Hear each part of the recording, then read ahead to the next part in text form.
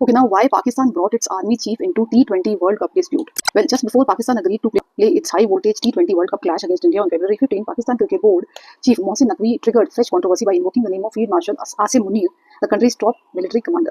Naqvi declared that Pakistan was not intimidated by what he termed as threats from India or International Cricket Council.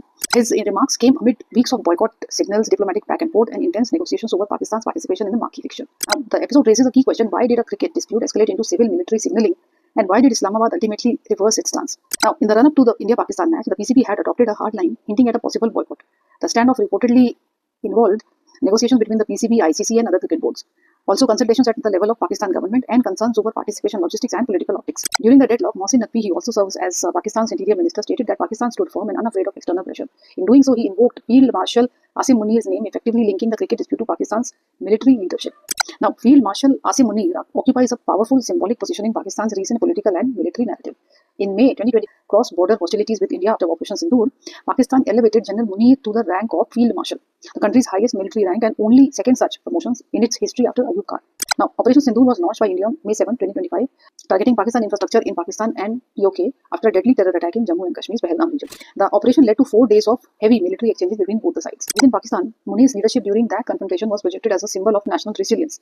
By invoking Munir during the cricket dispute, Naqvi appeared to send a message beyond sport. According to Pakistani officials cited in local media, the reference was seen as a deliberate signal that the issue had acquired state-level and civil-military dimensions. In essence, the cricket standoff was momentarily cast as part of a broader India-Pakistan power narrative. Now, why did Pakistan actually agree to play? Despite the tough rhetoric, the PCB reversed its position.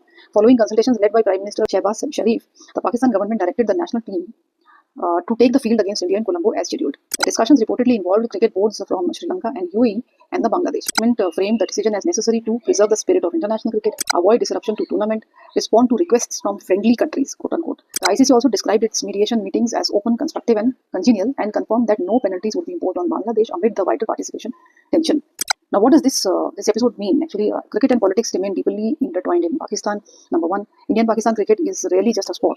Matches often carry diplomatic security and symbolic weight, particularly after military flare-ups. Civil-military signaling in Pakistan. Naqvi's invocation of Field Marshal Munir highlights the continuing overlap between civil political messaging and military symbolism in Pakistan's governance structure. Pragmatism ultimately prevails. Despite rhetorical escalation, Islamabad chose participation over isolation.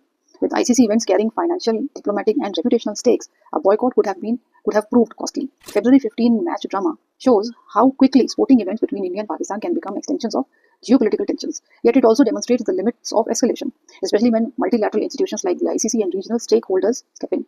In the end, cricket resumed its place on the field, but not before briefly becoming a theatre for statecraft.